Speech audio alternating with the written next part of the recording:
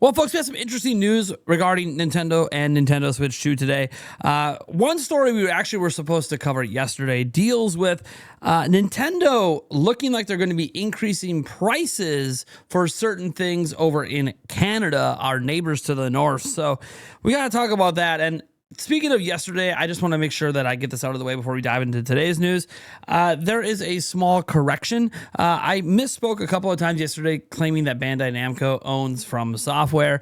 That's not what I meant to say. I was trying to actually mention that they were the publishers of Elden Ring and Elden Ring Night Rain, but they don't actually own the IP. From Software does own the Elden Ring IP, but the reason I brought that up is I'm kind of under the impression that Bandai Namco will be publishing the Elden Ring Tarnished Edition in some territories, and with that being the case, they could be the ones that drop the release date at the Bandai Namco event on Wednesday. However, it might not be there, and it could be saved for a Nintendo Direct or something like that later on in July. After all, we are on the 1st of July, but I wanted to make sure I issued that correction so everyone has their facts straight, especially for those people out there that listen to my stuff and want factual information. I did misspeak on that. No, Bandai Namco does not own From Software. Also, thank you to everyone in the comments who made those corrections. As always, I do appreciate when my audience corrects some mistakes I make. I'm more than willing to own up to them and make sure that we get that record straight the next time out. Now, that being said, we do have some additional stuff today, including Nintendo Switch 2 looking like it broke some records. However,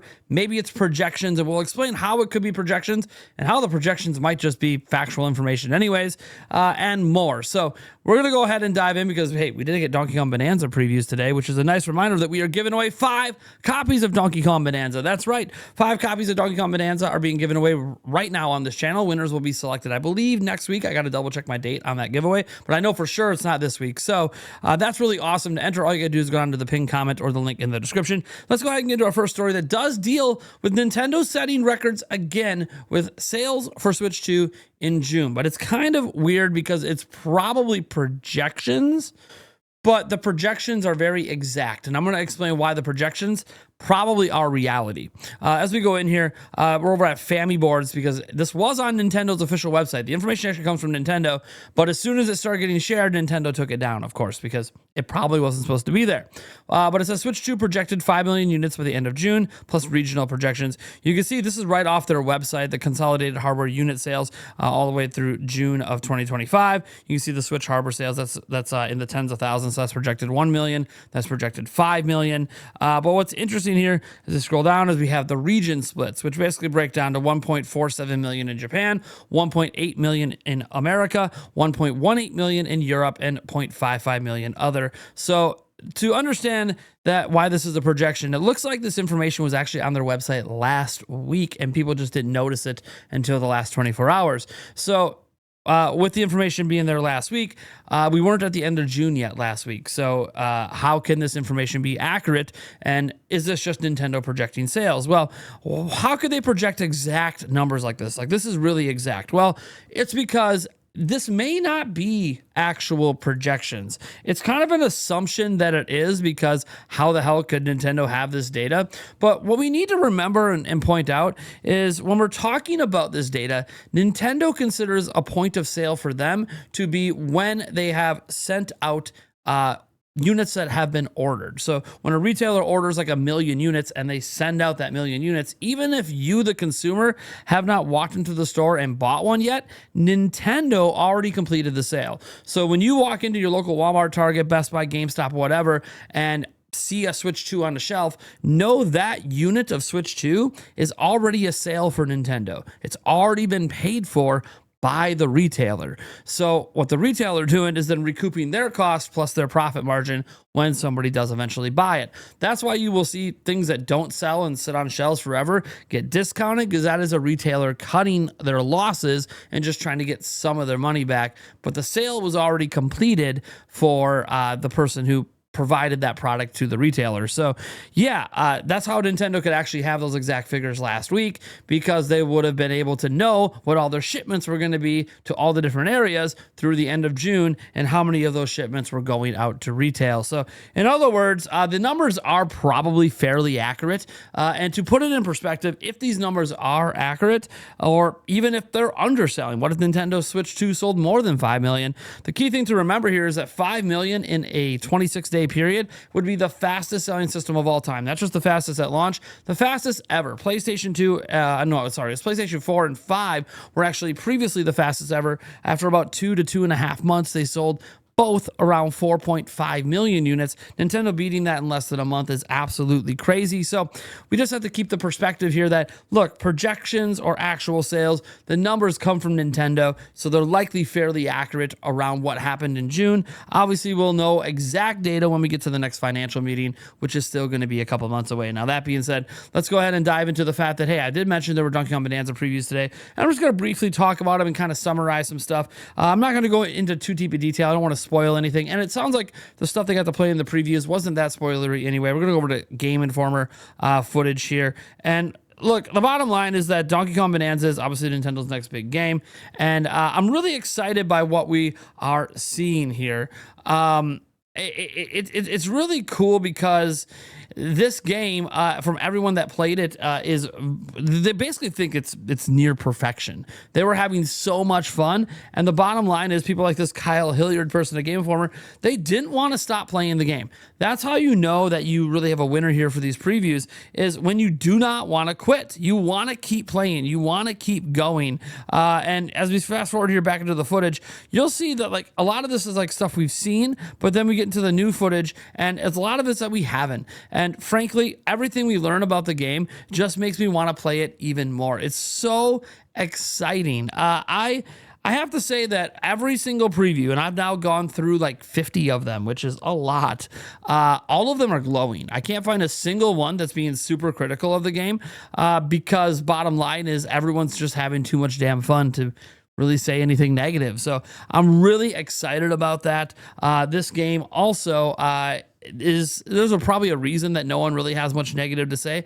One of the number one questions, and it was already shown on the video, but one of the number one questions people have had about this game from the very beginning is who is developing it. And look, no surprise, it's actually the Mario Odyssey team. Nintendo confirmed it. So Nintendo famously keeps its various developers under wraps, with the team responsible for a release often only coming to light once the credits roll. However, in a change from the norm, Nintendo revealed the Donkey Kong Bonanza development team during a recent preview event attended by Eurogamer. At the event, Nintendo confirmed what we all suspected. Donkey Kong Bonanza, the upcoming platformer heading to Switch 2, is being helmed by the team that brought us Super Mario Odyssey. In the words of Nintendo itself, direct quote, "The development team of Donkey Kong Bonanza is the same as for Super Mario Odyssey." So that means it's coming from the production team of Nintendo's famed entertainment planning and development group, known for crafting the Switch's premier 3D Mario adventure. And this does explain why, look, once we got that direct, this game started to look extremely premium for a platformer. It started to look like it might be even better than Mario Odyssey. And so, frankly, I think that this was just obvious. I think that this is awesome. I also, the next question people are going to have is, does this mean 3D Mario is actually still many years away? Or were they making both at the same time? Did the team get big enough to even do that? What does this mean for 3D Mario? For right now, those questions don't matter because this game comes out in a couple of weeks, and hey, we got to be excited because it looks amazing. And it might be so good that we just kind of forget we haven't had a 3D Mario, a brand new one, since 2017. And I'm okay with that. I'm okay if this doesn't come till later in the generation. But we'll have to wait and see. I think September will be very telling since that's the 40th anniversary of Super Mario. Now, this next story is one I meant to cover yesterday, and it just, I don't know, I must have accidentally closed the tab or something. It comes from Nintendo, and it's right here. Nintendo Switch pricing update. This has to do with Canada. So pricing for the original Nintendo Switch family of systems and products in Canada will change, and here's the key word, based on market conditions. These include Nintendo Switch, the OLED model, Nintendo Switch, Nintendo Switch Lite, physical and digital Nintendo Switch games, and Nintendo Switch accessories. Other Nintendo products, including Amiibo and Nintendo Switch Online memberships, will also experience price changes. Please note, these price changes do not apply to the Switch 2 system, accessories, or software. Pricing information specific to the Canadian market will be shared on nintendo.com/en-ca/store on August 1st. Now, I originally, when I talked about this on live stream last night, I was kind of speculating it might have to do with the trade war between the U.S. and Canada, because all of the supply for Canada comes from the U.S. But then, if that was the case, you could argue Switch 2 should have been impacted. In fact, no matter what the argument is for why prices are going up, you can always argue Switch 2 should have also been impacted. but they're not impacting it besides NSO going up and Amiibo is going up, which that sucks for people in Canada. But what I will note is that it was pointed out to me by some of my fellow Canadians in my audience that the exchange rates of the Canadian dollar to the US dollar and the yen and everything else has actually been not doing too hot. And because the exchange rate is getting so low, that would be a market condition that could lead to a price increase in Canada that really is just bringing the price back in line with the way it costs in the US. So it is entirely possible that that's really all that's happening, is they're just trying to bring things in line. You might go, then why not increase the price of the Switch 2? Well, it's their new system and that's their front runner. And, they don't want to shake the market too bad, within a month of it coming out. So I can maybe understand why they're, hey, you know what, we'll just raise the price on some other things. We'll leave the Switch 2 stuff alone for now and hopefully not need to do it. And the market will readjust as inflation changes or exchange rates change. So trade wars change, whatever the cause might be. It is unfortunate. I know a lot of people are framing it as Nintendo's just being super greedy, and look, they're a multi-billion-dollar company. They can just eat the cost of whatever the cause is, whether it's tariffs, whether it is trade war stuff, whether it's exchange rates or whatever. Yeah, of course they could eat it, but they also are a for-profit business. And it sounds like a lot of Canadians are just expecting the price to come in line with what it is in the US, because right now it is technically cheaper if you exchange your US dollar into Canadian dollars and then buy Switch 1 and Switch 1 games and NSO. It actually, exchange rate-wise, is cheaper in Canada right now than in the US. So a lot of people think they're just going to raise the prices to match US. We'll see. Of course, we don't know what's happening. We also, it's coming off of one negative story, which again, no one ever wants to see prices go up. Comes another one, and it should have been a positive story. We should just be talking about how WWE 2K25 is coming to Switch 2 in July this month here on the 23rd. We should just be talking about that and how awesome it is for this third-party game to come out. WWE 2K coming back to Switch 2, in this case for the first time ever, and the release date.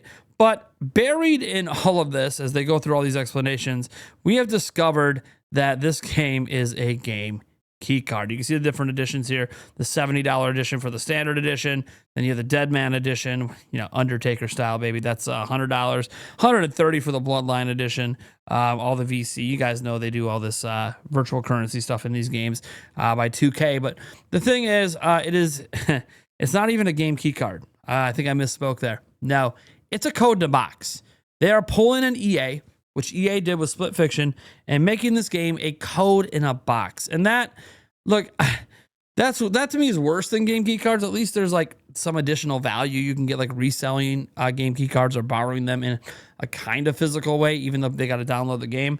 Yeah, this is no different than just selling a digital game on the eShop. So my suggestion is, if you plan to get it, just get it off the eShop, unless you really want that box. But you could just like find a cheap, empty Switch 2 box online and just print off your own cover if that's really what you want. I don't know, guys. I just kind of feel like I was hoping that, as much as I'm not a fan of game key cards, that it would at least make code in the boxes go away. I mean, I have a code in the box here for Split Fiction. It's the only code. I told myself, all gen, this is the only code in the box I'm buying. I'm only buying one, and it's just so I have an official box with this at the bottom. So when I need to point out the difference between this and, say, a Switch 2 edition and what it says at the bottom, or I need to point out between that and like Cyberpunk, which is a full physical, or if I need to point out the difference between that and, say, Yakuza here, that's a game key card, that I have these on hand to be able to show the differences between the box arts, because it can get confusing for some consumers. So I think being able to show that on screen is important. But the bottom line is that I was hoping that we would be very infrequently getting codes in a box. It was a bit more frequent on Switch 1, and now here we are. We had a code in the box in month 1. That was Split Fiction. Now we're in month 2, and we're getting another code in the box for another third-party game from a different company in WWE. Now I'm starting to wonder, is Madden next month a code in the box as well? Just keep it going, right? Every month have a new big AAA third-party game be a code in the box. I know Split Fiction is technically more of an indie-style game, but you catch my drift. Now, again, we have stories. And just because we have stories and big ones doesn't mean they're all positive, as we have to get to another. This is just a weird one. This is one I haven't experienced myself, but I also don't use anything but the cable Switch 2 came with. So if your Switch 2 Joy-Con keeps disconnecting, your HDMI cable might be the culprit. What a weird story. How can, you're in docked mode and your Joy-Cons don't stay connected to your Switch 2 and it has anything to do with HDMI? That's weird. So we're still in the very early days of Switch 2, which means there hasn't been enough time to see if there's widespread hardware issues to worry about. So far, things seem to be going well. But there have been a few people sharing some worries about their Switch 2 Joy-Con 2. Thankfully, the fix is incredibly easy, and everyone should already have the solution.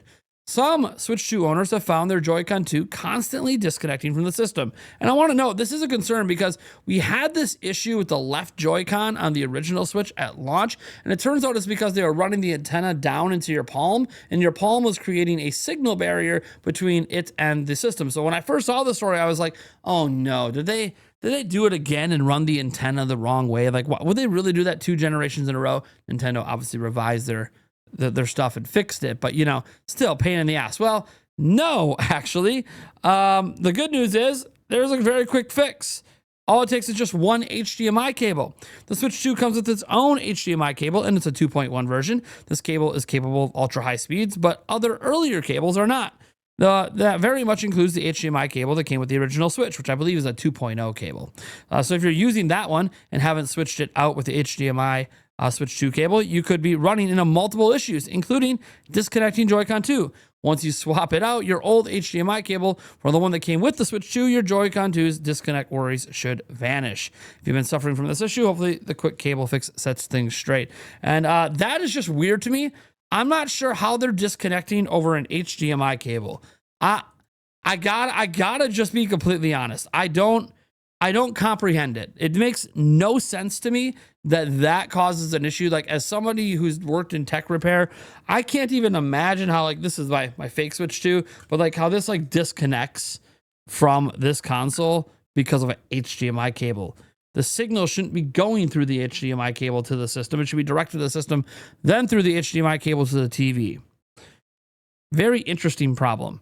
I'm curious if anyone ever figures out why the HDMI signal has anything to do with a controller disconnecting from the system itself. I'm very, very curious if anyone ever figures out the reason behind it. I am glad the fix is as simple as, hey, use the right cable, dummy. We gave you the right one. And absolutely, you should always use the right cables for the right devices to take full advantage of everything. But that's an issue I'm not sure Nintendo even found in testing, because they probably just used the right cable the whole time. But I don't know, guys. Let me know what you think about all this stuff down in the comments below. Again, kind of a bevy of negative stories today, combined with that Donkey Kong stuff, and obviously the incredible supposed sales of Switch 2 based on at least stuff that was on Nintendo's website. So thank you guys so much for tuning in. I am Nathaniel Rebel Jans from Nintendo Prime, and I'll catch you in the next video.